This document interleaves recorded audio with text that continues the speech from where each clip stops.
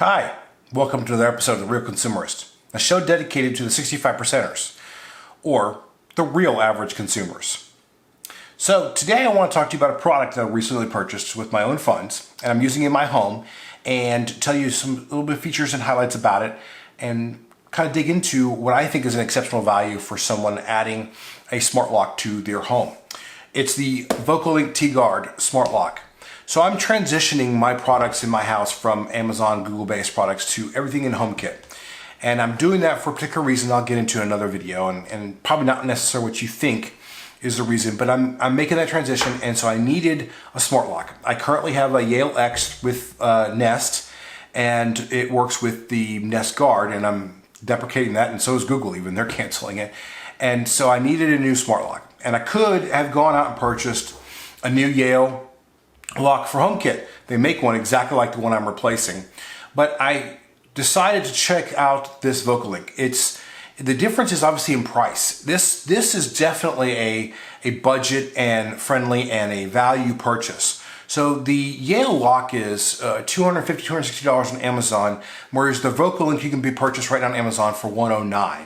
So I thought I really wanted to try this out and see if I could save myself some money in this process. So one of the things that I was concerned about is, if you look at that price point and coming from where I came from on the Yale, is the Yale was the fit and finish and it looked great and it operated well. In fact, it was on my door for over 3 years and I never had a problem with it. Replaced batteries and that's it. And never had any issues with it at all. So I was kind of concerned, hey, making this change, is the value really there? I mean, we're talking about a significant difference in price. So the first thing I'm gonna tell you off the bat is, yes. Let me just cut right to the chase. It's a great buy. So the VOCOlinc has a very good exterior. The exterior panel on it is, the finish is good, it's sealed tight, it looks weatherproof, no issues in terms of splashing or watering. It's the same kind of capacitive touch, just like the Yale is. It's not a physical button. It's got a really nice indicator on the front here. It tells you if it's green if it's unlocked or red if it's locked. And so everything in terms of the exterior finish of the item, the color, it matched my lock set. It comes in a satin if you have a different colored door lock hardware, it'll match that. Everything was good. The interior portion where the mechanism is, it's a little plasticky and not as, I don't know, as nice looking as the Yale, but again, not really a big concern. You don't really see it. It's on the inside of the door, not the outside of the door. And in terms of functionality, we'll discuss that later. So no issues in terms of that. Now, the one area when it comes to build quality, there's a difference, is the deadbolt. So the Yale I had, the deadbolt was really robust and was solid and heavy duty. The VOCOlinc's deadbolt is a little more lightweight and not as solid and robust. So that may cause you a little bit of pause, but it didn't me, and I'll tell you why. Is this deadbolt going to secure my door and make sure that my house is secure? Yes. It's more than adequate for securing the door. If someone wants to break into my house by physically breaking down the door, there's many other ways they can get in, and much simpler ways, like big windows they can get into much easier than trying to break down the door. So to me, I didn't feel any concern about the weight or hardiness of that bolt. In fact, one of the byproducts is that the mechanism moves very fast. It locks, unlocks quickly. You don't ever feel like it's struggling to lock or unlock. With the Yale lock I had before, my previous lock, it would sometimes take some time, and you know, there's no pep in it. And this one really opens and closes fast, and you reassuring thud and click when you know it's opening and closing. So from that's the only thing I would tell you in terms of that. The movement's much faster and much more assured. One other thing that's kind of interesting is when I got the lock and I went to install it, there's a plate that you mount the mechanism to the door, and the plate came attached to the mechanism in the packaging, and it's attached by a screw. And this happens a lot when I do things and smart home or any kind of thing around the house. You get these things where the multiple pieces are screwed together. And if you're not careful, they'll sometimes tell you in the manual, don't lose the screw or keep this screw.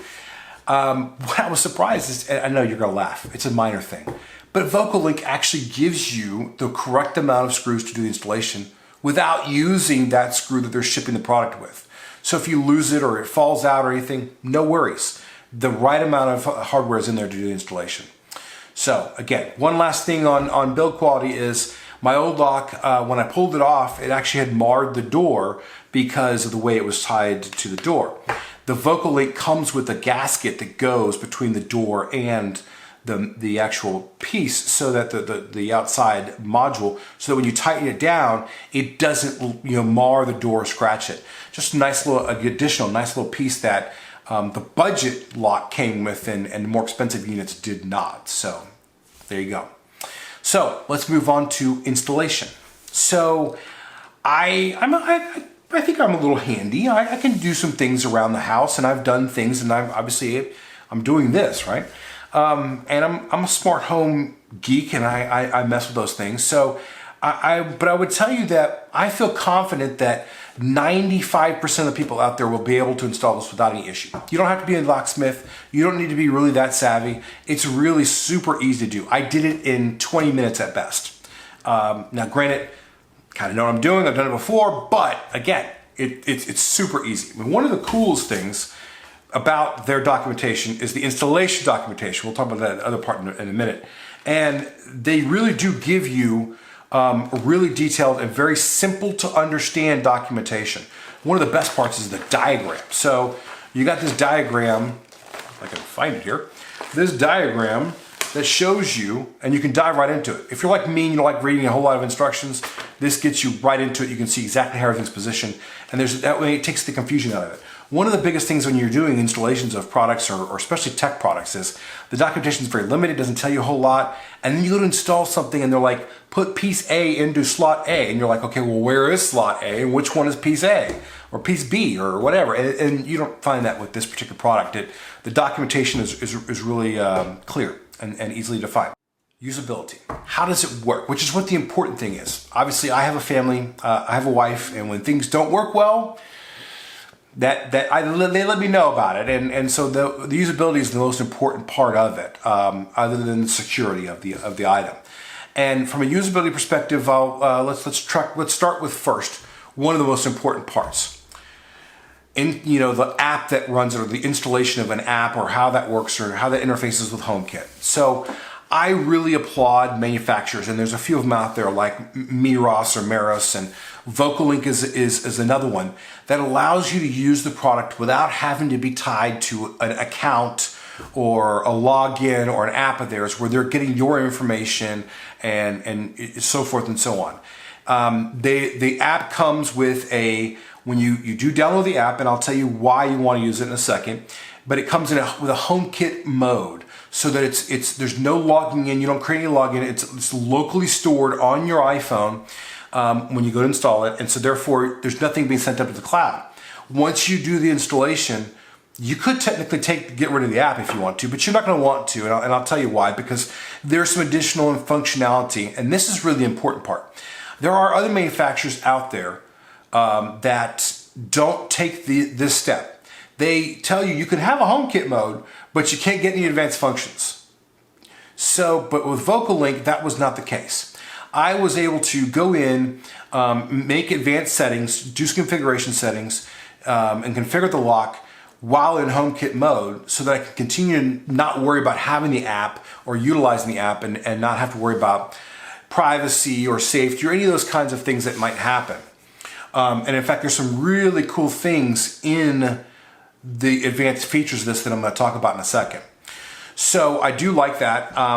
Once it's installed, you use HomeKit to do part of the installation, and everything was seamless and very quick. It was very easy and quick to install. So one of the features that I really like is that when you have a smart lock, you set codes for people to access, and they come in and they put their code in and they get in the house, right? Well, you can activate and deactivate, and most smart locks have the ability to activate, deactivate, and so forth. Well, VOCOlinc goes even a step further. So they put it into groups, so you can have different groups of people to kind of sort it if you have that many people. But what's more important is you can set these as specific, like time and day-based codes. So if you have a nanny or a maid or somebody that visits your house on certain days and certain times, you can set a code that's only active during those times. So on Tuesday from 3 to 4, the code works. Any other time, it's cut off, which is super cool because you want to be able to let someone be able to have access when you know, and if they decide to come back at some other time, they can't because it's locked out at that time. So I thought that was a super neat detail. The other thing that you can change some of the different parameters in terms of the sensitivity of the touchpad, which is super cool because I found that the standard sensitivity wasn't enough and I bumped up to high. I like to be able to do that. And so that was kind of cool.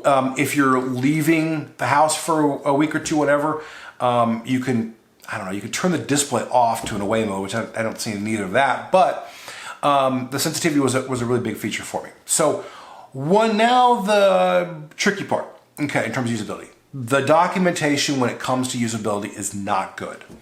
And nor is the app in terms of the descriptions of how to access these features or do things with these features. VOCOlinc, we got to work on the app and the instructions in the app or the documentation on how to use things and the features that are in there and make them a little bit more intuitive. So on my old dock, one of the things I really liked is when you touched the buttons to enter a code, it had beeps. It beeped at you.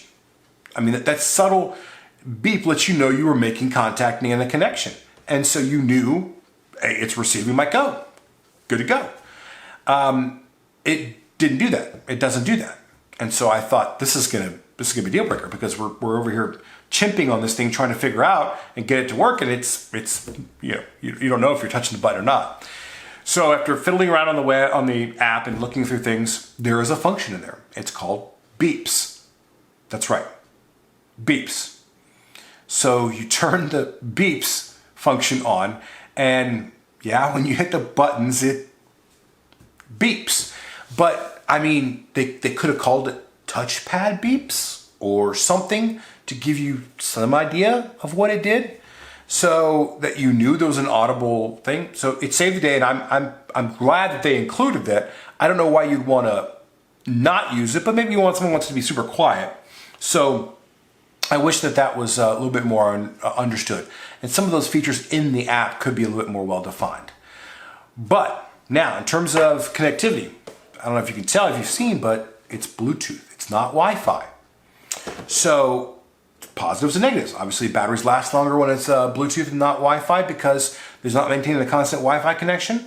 But some people might say, well, distance and connectivity is an issue because it's not on Wi-Fi. And I'm here to tell you that I have not had any issues in terms of connectivity. I have multiple HomeKit hubs in my house, yes, but my nearest HomeKit hub to it is at least 25 feet away.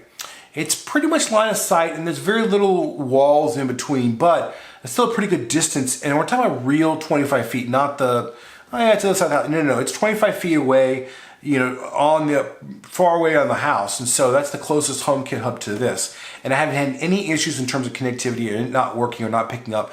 You hit the button and it's super quick. It's also quick in HomeKit. So one of the things that I've noticed, and sneak peek one of the reasons why I'm transitioning everything to HomeKit is because non-HomeKit items that you're running through homebridge, sometimes they just have a delay. They take a little time, and it's like, did it go? Is it going? Not with the VOCOlinc Smart Lock. You hit the button, and a second later, you're hearing that lock mechanism go.